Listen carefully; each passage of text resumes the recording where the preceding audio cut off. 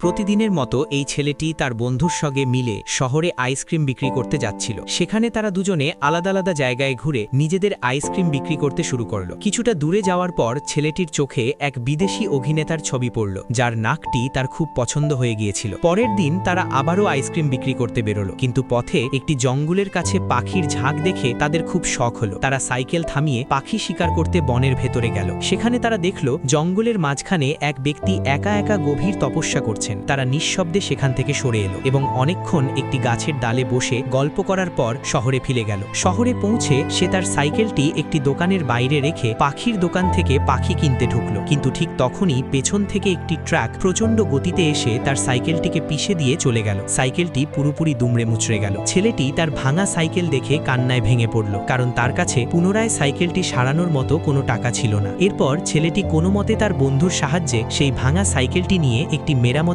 দোকানে পৌঁছালো। সে দোকানিকে আকুতি জানিয়ে বলল, আমার কাছে সাইকেল সারানোর পয়সা নেই, কিন্তু আমি যদি এই অবস্থায় বাড়ি ফিরি তবে বাবা আমাকে মেরেই ফেলবেন। ছেলেটির কথা শুনে দোকানদারের খুব দয়া হলো এবং সে সম্পূর্ণ বিনামূল্যে তার সাইকেলটি সারিয়ে দিল।